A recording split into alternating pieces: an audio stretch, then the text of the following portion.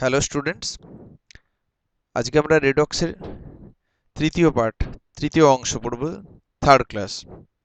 এর আগে দুটো ক্লাসে আমরা জারণ সংখ্যাগুলো কি করে বের করতে হয় আমরা সেগুলো সব শিখে নিয়েছি। আজকে আমরা ওই জারণ সংখ্যার সাহায্যেই ব্যালেন্স করাগুলো শিখবো। কোনো রাসায়নিক সমীকরণ দেওয়া থাকলে তাকে কি করে ব্যালেন্স করতে হবে সেটা জারণ সংখ্যার সাহায্যে শিখবো। দুটো নিয়ম আছে আমাদের সিলেবাসে, একটা জারণ সংখ্যার সাহায্যে আর একটা আয়ন ইলেকট্রন মেথড। প্রথমে আমরা জারণ সংখ্যার সাহায্যে বুঝে নেব যে কিভাবে একটা সমীকরণকে ব্যালেন্স করতে হয়। ব্যালেন্স করার কতগুলো নিয়ম আছে, সে যে কোনো পদ্ধতিতে করি। তাহলে প্রথমে আমরা নিয়মগুলো দেখে নিই। নিয়মগুলোতে জারণ সংখ্যার সাহায্যে কি করে করব, স্টেপ বাই স্টেপ আমরা নিয়মগুলো দেখে নিচ্ছি। Step 1, find oxidation number and select oxidation and reduction. মানে অক্সিডেশন নাম্বারগুলো বের করব যাদের চেঞ্জ হবে অবভিয়াসলি, আর কোনটা জারণ কোনটা বিজারণ সেটা আমরা সিলেক্ট করে নেব। 2 নম্বরে আছে হাফ ইকুয়েশনগুলো লিখব, অর্ধবিক্রিয়াগুলো লিখব। কি করে লিখতে হবে সেটা আমি দেখিয়ে দেবো পরের উদাহরণে। এবং সেটা জারণের একটা হবে, বিজারণের একটা হবে, কারণ প্রত্যেকটা বিক্রিয়াতে একটি জারণ থাকে একটি বিজারণ থাকে। তাহলে জারণের একটা অর্ধ বিক্রিয়া হবে, আরেকটা বিজারণের হবে, আলাদা করে সেগুলো আইডেন্টিফাই করে নেব। উদাহরণেই সেগুলো আমরা দেখতে পাবো। 3 নম্বর রুলে বলা আছে balance the central atom of each half equation. অর্থাৎ প্রতিটি যে অর্ধ বিক্রিয়া তার কেন্দ্রীয় পরমাণুগুলো ব্যালেন্স করতে হবে। এখানে প্রশ্ন হতেই পারে যে কেন্দ্রীয় পরমাণু কাকে বলে। কেন্দ্রীয় পরমাণু হচ্ছে যে অ্যাটমের জারণ সংখ্যা আমরা বের করছি, অর্থাৎ যে অ্যাটমের জারণ সংখ্যা পরিবর্তিত হচ্ছে সেটাই হচ্ছে সেন্ট্রাল অ্যাটম। ফলে তারই আমরা ব্যালেন্স করে নেব। ব্যালেন্স করা মানে দুদিকে তাদের সংখ্যা যেন সমান থাকে। 4 নম্বরে আছে calculate total increase and decrease of oxidation number. জারণ সংখ্যা যে মোট বৃদ্ধি এবং হ্রাস সেটা গণনা করে নিতে হবে। টোটাল, কিন্তু টোটাল ইনক্রিজ টোটাল ডিক্রিজ। 5 নম্বরে আছে multiply each half equation by an appropriate number so that total increase and decrease of oxidation number become equal. অর্থাৎ জারণ সংখ্যার হ্রাস এবং বৃদ্ধি হবে যে কোনো ব্যালেন্সড ইকুয়েশনে, এই হ্রাস এবং বৃদ্ধি কিন্তু সমান হবে। তাহলে সেটা করার জন্য একটা উপযুক্ত সংখ্যা দিয়ে আমরা গুণ করে নেব। সেগুলো আমরা উদাহরণেই দেখতে পাবো কি করে কত দিয়ে গুণ করতে হবে। অ্যান্ড লাস্ট এবং ফাইনাল যে রুল হচ্ছে সেটা হচ্ছে দুটো হাফ ইকুয়েশনকে অ্যাড করে দেব। তারপরে ট্রায়াল এবং এরর মেথডে যদি কিছু ব্যালেন্স বাকি থেকে যায় তখন আমরা করব। বাকি থেকে যায় কেন? কারণ সবার তো জারণ বিজারণ হয় না। যাদের জারণ বিজারণ হয় তারাই এই পদ্ধতিতে ব্যালেন্স হবে।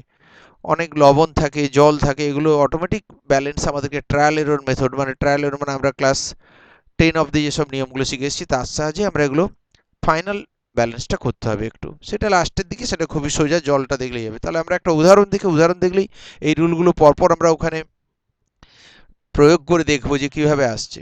প্রথম যে উদাহরণটা নিচ্ছি সেটা হচ্ছে কপারের সঙ্গে নাইট্রিক অ্যাসিড বিক্রিয়া করে কপার নাইট্রেট বা কিউপ্রিক নাইট্রেট, নাইট্রাস অক্সাইড, জল উৎপন্ন হচ্ছে। কপার নাইট্রিক অ্যাসিড অনেকগুলোই বিক্রিয়া আছে, বিভিন্ন কন্ডিশনে হয়। তাহলে প্রথম রুলে কি বলা আছে, যেটা স্টেপ 1 বলেছিলাম, স্টেপ 1 ওদের অক্সিডেশন নাম্বার বের করে কোনটা জারণ আর বিজারণ দেখিয়ে দিতে হবে। তাহলে অক্সিডেশন নাম্বারগুলো বের করছি। 0 থেকে +2 কপার জারণ হচ্ছে, নাইট্রিক অ্যাসিডে নাইট্রোজেন +5 থেকে N2O তে +1, এটা বিজারণ হচ্ছে। আইডেন্টিফাই করে দিলাম আলাদা করে কোনটা অক্সিডেশন কোনটা রিডাকশন। এরপরে সেকেন্ড স্টেপে কি বলা আছে, সেকেন্ড স্টেপে বলা আছে যে এই যে জারণ এবং বিজারণের দুটো অর্ধ বিক্রিয়া, সেই অর্ধ বিক্রিয়া দুটো লিখতে হবে। জারণের অর্ধ বিক্রিয়া যেটা কপার থেকে কপার নাইট্রেট, বিজারণেরটা HNO3 সেখান থেকে N2O। এইরকম অর্ধ বিক্রিয়া দুটো আলাদা করে আমরা লিখে নেব।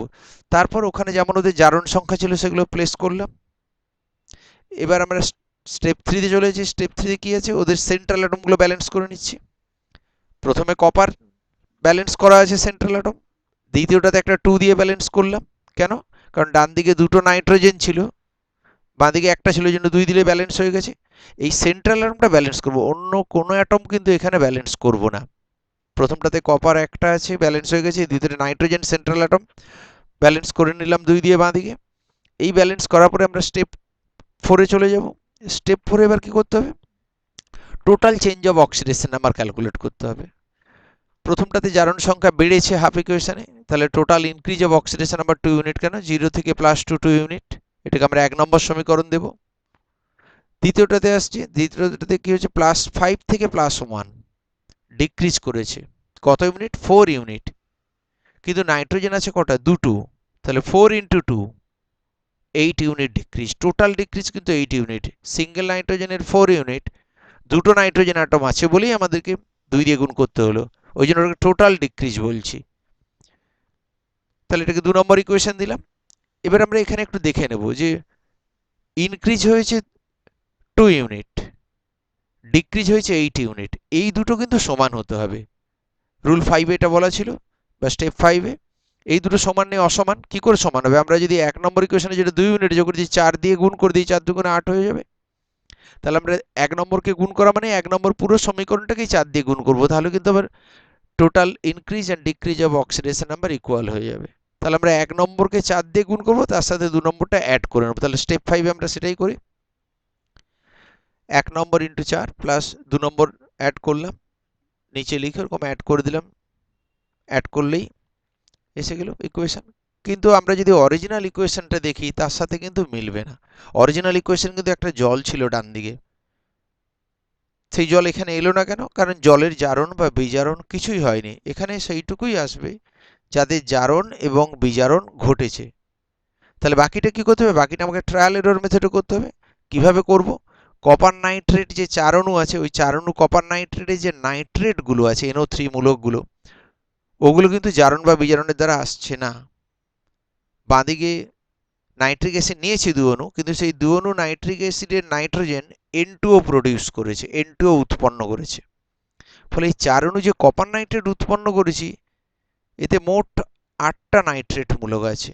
এই 8টা নাইট্রেট মূলকের জন্য নাইট্রিক অ্যাসিড লাগবে আরও কত লাগবে? এক একটা নাইট্রিক অ্যাসিডে একটা নাইট্রেট মূলক থাকলে, তাহলে এই 8টা নাইট্রেটের জন্য 8 মলিকুল নাইট্রিক অ্যাসিড এক্সট্রা লাগবে। এক্সট্রা বা আলাদা করে কেন বলছি? এখানে 2 অণু অলরেডি ব্যবহার হয়ে গেছে, সেই 2 অণু কিন্তু জারণ বিজারণে অংশগ্রহণ করে তারা N2O প্রডিউস করেছে। ফলে ওই 2 অণু আর এখানে নেই। কিন্তু 4 অণু ডান দিকে CuNO3 এই লবণটা উৎপন্নের জন্য কিন্তু 8 অণু অতিরিক্ত নাইট্রিক অ্যাসিড লাগবে। 4 দুগুণে 8টা নাইট্রেট, এক একটা নাইট্রিক অ্যাসিডে একটা নাইট্রেট থাকে, তাহলে 8 অণু HNO3 এক্সট্রা লাগবে, আর আগে 2 অণু, মোট 10 অণু লাগবে। 10 অণু দিলে তবেই এটা কিন্তু ব্যালেন্স হবে। তার মানে এই যে 10 অণু আমরা ব্যবহার করব, তার মধ্যে 2 অণুই কিন্তু একমাত্র বিজারিত হবে, আর 8 অণু কিন্তু মাধ্যম হিসেবে থেকে যাবে। ফলে এটা গুরুত্বপূর্ণ পয়েন্ট যে 10 অণুর মধ্যে 10 অণু কিন্তু, টোটাল 10 মলিকুলস কিন্তু জারণ বা বিজারণে অংশগ্রহণ করবে না, জারণ বিজারণে মাত্র 2 অণু অংশগ্রহণ করবে। তাহলে আমরা দেখি পরের স্টেপটাতে কি হয়েছে। পরের স্টেপটাতে স্টেপ 6 এ 8 অণু অতিরিক্ত লাগছে, সেটা লিখে দিয়েছি। তাহলে ব্যালেন্সড ইকুয়েশন কি হবে? ব্যালেন্সড ইকুয়েশনটা হবে 8 আর আগে 2, 10 অণু হয়ে গেল। জলটা তাহলে করতে গেল 5টা জল, জলটা আমাকে এমনিই মিলিয়ে নিতে হবে ট্রায়াল এররে। বাঁদিকে 10টা H আছে, তাই 5টা জল হলো, অতএব কমপ্লিট ব্যালেন্স হয়ে গেল। বোঝা গেল? নেক্সট আরো উদাহরণ দিচ্ছি, আরো উদাহরণ দিলে ক্লিয়ার হবে। পরে আরো একটা উদাহরণে আসছি আমরা। দ্বিতীয় উদাহরণ, সোডিয়াম থায়োসালফেটের সঙ্গে আয়োডিন বিক্রিয়া করছে, সোডিয়াম টেট্রাথায়োনেট আর সোডিয়াম আয়োডাইড হচ্ছে। একই নিয়মে আমরা করব। প্রথমেই অক্সিডেশন নাম্বারগুলো ক্যালকুলেট করে নেই, দিয়ে জারণ কোনটা বিজারণ কোনটা সেটা লিখে নিলাম। তাহলে সোডিয়াম থায়োসালফেট +2 থেকে ওখানে সালফার +2.5 হয়ে গেছে, 5-এর 2 বা 2.5 লিখেছি, আর এটা আয়োডিন বিজারিত হয়েছে। তাহলে এবার আমরা কি করব? এগুলোকে জারণ বিজারণের হাফ ইকুয়েশন দুটো আলাদা করে আমরা লিখব। সোডিয়াম থায়োসালফেট থেকে Na2S4O6, আবার I2 থেকে NaI, এই দুটো ইকুয়েশনকে আলাদা করে আমরা লিখে নিই। এবার ওদের মধ্যে সেন্ট্রাল অ্যাটম ব্যালেন্স করব স্টেপ 3 তে। সেন্ট্রাল অ্যাটমগুলো দেখে নিই কি আছে। সালফার সেন্ট্রাল অ্যাটম, বাঁদিকে দুটো সালফার প্রথম সমীকরণে প্রথম অর্ধ বিক্রিয়াতে, ডান দিকে আছে 4টে, তাহলে এখনো বাঁদিকে দুটো লাগবে, তাহলে সামনে 2 দিয়ে গুণ করে দিই, তাহলে 4টে সালফার মিলে গেল। শুধু সালফার বা সেন্ট্রাল অ্যাটমটা কিন্তু ব্যালেন্স করছে, অন্য কোনো অ্যাটম ব্যালেন্স এখানে করা যাবে না। দ্বিতীয় হাফ ইকুয়েশনে আয়োডিন বাঁদিকে দুটো ডান দিকে দুটো দিলাম, 2 হয়ে গেল, তাহলে কমপ্লিট হয়ে গেল। এবার সেন্ট্রাল অ্যাটমটা কিন্তু খুব ইম্পর্টেন্ট স্টেপ, বারবার বলে দিচ্ছি। এই সেন্ট্রাল অ্যাটম না মিললে, এটা যদি আমরা স্কিপ করে চলে যাই, তাহলে কিন্তু ব্যালেন্স মিলবে না, লাস্টে গিয়ে গন্ডগোল হয়ে যাবে। সেন্ট্রাল অ্যাটম খুব ভাইটাল পয়েন্ট এখানে। এবার আমাদের স্টেপ 4-এ চলে যাব। স্টেপ 4-এ টোটাল ইনক্রিজ আর ডিক্রিজ বের করি। Total increase 2 unit, oxidation number জারণ সংখ্যার যে মোট বৃদ্ধি 2 ইউনিট। কেন? 2 থেকে 2.5, তাহলে কিন্তু 0.5, আর 4টে সালফার অ্যাটম আছে, তাহলে 4 ইন্টু 0.5 করলে 2 হবে। 1 নম্বর ইকুয়েশন দিলাম ওটাকে। দ্বিতীয় ইকুয়েশনটা ফলো করি। দ্বিতীয় ইকুয়েশনে টোটাল 2 ইউনিট হবে ডিক্রিজ। কেন? 0 থেকে -1 মানে 1 ইউনিট, আর আয়োডিন দুটো আছে অ্যাটম, সেই জন্য 2 ইন্টু 1 2 ইউনিট। তাহলে এটাকে 2 নম্বর ইকুয়েশন দিই। ইন্টারেস্টিং ব্যাপার যে এখানে জারণ সংখ্যার বৃদ্ধি এবং হ্রাস দুটোই ইকুয়াল ইউনিট হয়েছে, 2 ইউনিট 2 ইউনিট। তাহলে সুবিধে কি হলো? আর কোনো কিছু দিয়ে গুণ করতে হবে না, তাহলে আমরা এটা সরাসরি অ্যাড করব। 1 নম্বর আর 2 নম্বরকে আমরা সরাসরি অ্যাড করি স্টেপ 5-এ। অ্যাড করলাম দুটোকে, নিচে লিখে এইভাবে অ্যাড করে দেবো, লাইন টেনে যোগ করব, বিক্রিয়া এসে গেল। এখানে অটোমেটিক ব্যালেন্সটা মিলে গেছে, কোনো রূপ অন্যান্য সল্ট বা কোনো কিছুর জন্য আর প্রবলেম হলো না, পুরোটাই এখানে ব্যালেন্স একেবারেই মিলে গেছে, কারণ ওখানে ইকুয়াল হয়ে গেছে এবং কোনো আলাদা আদার কোনো সল্ট ফরমেশন নেই। তাই আমাদেরকে আর পরে যে স্টেপ 6 সেটা আমাদেরকে এখানে করতে হলো না। যখন এইরকম ব্যালেন্স থাকবে স্টেপ 6 আসে না, ওই ট্রায়ালেরও যেটা বলেছি ওটা আর লাগলো না এখানে। ঠিক আছে, বোঝা গেল। আরও একটা আমরা উদাহরণ দেখব, তাহলে আমাদের আরও ক্লিয়ার হবে। একটু কঠিন উদাহরণ নেব, বিক্রিয়াটা একটু অন্য ধরনের। এগুলোকে বলা হয় ডিসপ্রপোর্শনেশন রিয়াকশন। বাংলা আছে, বাংলায় অসামঞ্জস্য বিক্রিয়া বলে। ডিসপ্রপোর্শনেশন বিক্রিয়া, সেলফ রেডক্স বিক্রিয়াও বলে। এই বিক্রিয়াগুলোকে আগে একটু বুঝিয়ে নিই। এই বিক্রিয়াগুলোতে একটি নির্দিষ্ট পদার্থ একই সাথে জারিত এবং বিজারিত হবে। আগের উদাহরণগুলোতে কি ছিল? একটি পদার্থের জারণ হচ্ছে, অন্য পদার্থের বিজারণ হচ্ছে। এখানে কিন্তু তা হবে না। একই পদার্থ, একই সাবস্টেন্স জারিত হবে আবার বিজারিত হবে। তবে একই পদার্থের জারণ বিজারণ মানে কিন্তু এটা নয় যে একই অ্যাটমের জারণ বিজারণ হয়, কারণ যে অ্যাটম একবার জারিত হয় সে কিন্তু আর বিজারিত হতে পারবে না। একই পদার্থের তো অনেকগুলো অ্যাটম থাকে, বা একই পদার্থের অনেকগুলো মলিকিউল বা অণুও থাকতে পারে। কিছু সংখ্যক অণু জারিত হবে, কিছু সংখ্যক অণু বিজারিত হবে। যখন আমরা কোনো বিক্রিয়া করব প্র্যাকটিক্যালি, তখন কিন্তু অনেকগুলো অসংখ্য অণু থাকবে বা পরমাণু থাকে। কিছু সংখ্যক জারিত হয়, কিছু সংখ্যক বিজারিত হয়। হয়তো কারো দেখা যাচ্ছে 30% অক্সিডাইজ হচ্ছে, 70% রিডাকশন হচ্ছে, কারো 50-50 হতে পারে। অর্থাৎ একই পদার্থে জারণ বিজারণ হবে, কিন্তু একই অণু বা পরমাণু জারণ বিজারণ হবে না। ওই জন্য বলা হচ্ছে যে একই পদার্থ একই সাথে জারিত এবং বিজারিত হবে। সেই রকম বিক্রিয়াগুলোকে আমরা বলবো ডিসপ্রপোর্শনেশন বিক্রিয়া। একটা আমরা উদাহরণ দেখি, তাহলে ভালো বুঝতে পারবো। খুব কমন উদাহরণ যেটা নিলাম, হোয়াইট ফসফরাস সোডিয়াম হাইড্রোক্সাইডের সাথে বিক্রিয়া করছে, ফসফিন আর NaH2PO2 হচ্ছে। কি করে ডিসপ্রপোর্শনেশন হয় আমরা একটু দেখে নিই। ডিসপ্রপোর্শনেশন কিভাবে ঘটছে? 0 থেকে -3 ডিক্রিজ হলো, আবার 0 থেকে +1 হয়েছে, ইনক্রিজ হলো। তার মানে একই পদার্থ বলতে এখানে ফসফরাস একবার বিজারিত হয়েছে, আরেকবার জারিত হয়েছে। তাহলে এখানে হোয়াইট ফসফরাস বা P4 কিন্তু ডিসপ্রপোর্শনেট করলো, অসামঞ্জস্য বিক্রিয়া ওই দেখাচ্ছে ওখানে। এই রকম বিক্রিয়াগুলোকে আমরা ডিসপ্রপোর্শনেশন বিক্রিয়া বলি। এই রকম বিক্রিয়ার সংখ্যাও কিন্তু হাতে গোনা কয়েকটা আছে, অনেক যে বেশি আছে তা নয়। আগের যে বিক্রিয়াগুলো পড়েছি ওগুলোই কমন, এগুলো খুব কম আছে। এগুলো আমরা জারণ সংখ্যা দেখেই বুঝে নেব যে কোনটা ডিসপ্রপোর্শনেশন বিক্রিয়া হচ্ছে বা কোনটা নয়। তাহলে এবার আমরা আগের মতোই করব, তবে এখানে এইসব বিক্রিয়ার ক্ষেত্রে আমরা কি করব না, ওই P4কে একটু ভেঙে P1 P2 করলাম। P4কে কিন্তু ভাঙা মানে P4কে ভাঙছে না, অ্যাকচুয়ালি কিছু অ্যাটম জারিত হয়, কিছু অ্যাটম বিজারিত হয়। আর এগুলো সাধারণত আমরা অ্যাটম দিয়ে বা পরমাণু দিয়েই লিখব, কারণ বিক্রিয়া তো আলটিমেটলি সব অ্যাটম বিক্রিয়া করে, অণু থাকলেও সেগুলো ভেঙে পরমাণুতে এসে বিক্রিয়াগুলো হয়। তাহলে P1 আর P2 করলাম কেন? P4কে ভেঙে কিন্তু নয়, ওটা হচ্ছে অ্যাকচুয়ালি কিছু সংখ্যক জারিত হবে, কিছু সংখ্যক বিজারিত হবে। যারা জারণ হবে তাদেরকে একটা আলাদা করে দেখাচ্ছি, যারা বিজারণ হবে তাদের আলাদা। যেমন বিজারণ যেগুলো হবে সেগুলোতে P1 দেখালাম, যেটা জারণ হবে তাকে P2 দিয়েছি। এগুলো পরে যখন হয়ে যাবে ব্যালেন্স, তখন কিন্তু আমরা 1 2 এগুলো কিন্তু সরিয়ে নেব, এবং অটোমেটিক দুটো পিগুলোকে আমরা জুড়ে দেবো। তখন এটা আমাদের সুবিধের জন্য আমরা করছি। কেউ যদি মনে করে যে আমরা সুবিধে নেব না, আমরা P4 দিয়েও করব, তাতেও কিন্তু ব্যালেন্স মিলবে, কিন্তু তখন সংখ্যাগুলো যেগুলো আসবে ব্যালেন্সে 4 টাইমস করে করে বেড়ে বেড়ে আসবে, একটু অসুবিধা হয়। সেই জন্য আমরা এইসব বিক্রিয়ার ক্ষেত্রে আমরা অ্যাটম দিয়ে আমরা এগুলো করব, তাহলে আমাদের অনেকটা সহজ হবে ক্যালকুলেশনের দিক দিয়ে। বাকি কিন্তু সব একই রকম। এখানে রিডাকশান, আবার কেউ যদি বলে যে না আমরা রিডাকশানটা P2 দিয়ে করব, তাতেও কিন্তু হবে, উল্টে গেলেও এখানে কোনো ক্ষতি হবে না। তাহলে আবার আগের মতো আমরা করি, একদম আগের মতো আমরা আবার করছি। ওখানে হাফ ইকুয়েশনগুলো আগে লিখে নিই। বিজারণের হাফ ইকুয়েশন P1 থেকে PH3, আর একটা জারণের হাফ ইকুয়েশন P2 থেকে NaH2PO2। এই দুটোকে আলাদা করে লিখে ওদের আবার জারণ সংখ্যাগুলো মাথায় যেমন আছে জারণ সংখ্যাগুলো বসিয়ে দিলাম।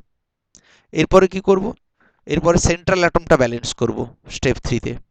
সেন্ট্রাল অ্যাটম পি পি সবই পি, হ্যাঁ সবগুলোতেই একটা করে আছে, সেন্ট্রাল অ্যাটম অলরেডি ব্যালেন্সড, ফলে আর ব্যালেন্স করার কিছু নেই। তাহলে আমরা স্টেপ 4-এ চলে যাব। স্টেপ 4-এ ক্যালকুলেশনগুলো হবে টোটাল ডিক্রিজ কত, টোটাল ইনক্রিজ কত, জারণ সংখ্যার মোট হ্রাস 3 ইউনিট, 0 থেকে -3, একটা করে অ্যাটম আছে, কোনো অসুবিধা নেই। পরেরটাতে ইনক্রিজ হবে, ওটা 1 নম্বর দিলাম। দ্বিতীয়টাতে আমরা total increase of oxidation number 1 unit, ওটাকে 2 নম্বর ইকুয়েশন দিলাম। এবার দেখো এখানে জারণ সংখ্যার হ্রাস বৃদ্ধি কিন্তু অসমান হয়েছে, হ্রাস হয়েছে ডিক্রিজ করেছে 3 ইউনিট, বৃদ্ধি বা ইনক্রিজ হয়েছে কিন্তু 1 ইউনিট, সমান করতে হবে। তাহলে এখন কি করতে হবে, 2 নম্বরটাকে গুণ করতে হবে। 2 নম্বরে 1 ইউনিট আছে, ওকে 3 দিয়ে গুণ করলেই কিন্তু 3 ইউনিট হয়ে যাবে। তাহলে আমরা 1 নম্বর প্লাস 2 ইন্টু 3 করে দেবো, দিয়ে যোগ করবো আমরা ওখানে। তাহলে পরের স্টেপে দেখি, সেটা স্টেপ 5-এ। স্টেপ 5-এ যখন করলাম 1 প্লাস 2 ইন্টু 3 করে দিলাম, দিয়ে ওইভাবে নিচে লিখে যোগ করে দিলাম। যোগ করে দিলে একটা ইকুয়েশন পেয়ে গেলাম।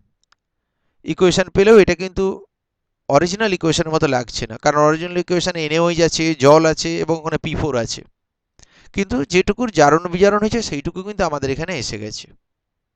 তার ফলে আমাদের আর এখানে কিছু করার নেই। এরপর আমরা কি করব, ওই লবণগুলো দেখবো আগের মতো। 3NaH2PO2, ওখানে 3টে সোডিয়াম আছে। ওই সোডিয়ামের উৎস বাঁদিকে কি ছিল, মূল বিক্রিয়ার কথা বলছি, মূল বিক্রিয়াতে বাঁদিকে NaOH ছিল। তাহলে সোডিয়ামের উৎস বা সোর্স হচ্ছে NaOH। তাহলে 3টে সোডিয়াম ডান দিকে আছে, তাহলে আমাদেরকে 3 অণু NaOH নিতে হবে। বাঁদিকে আমরা 3 অণু NaOH অটোমেটিক ওখানে যোগ করে নেব। এগুলো ট্রায়াল এররে আমরা মিলিয়ে নিচ্ছি, কারণ NaOH বা জল এখানে আসবে আলটিমেটলি, সেগুলোর জারণ বা বিজারণ কিছুই হয় না। যাদের জারণ বিজারণ হয় তারা কিন্তু এই মুহূর্তে এখানে যেটুকু দেখা যাচ্ছে এইটুকুই। তাহলে বাকিটা আমরা ট্রায়াল এররে করছি। তাহলে 3 অণু NaH2PO2-র জন্য 3 অণু NaOH লাগবে। তাহলে সেই 3 অণু NaOH আমরা বাঁদিকে যোগ করে দেব।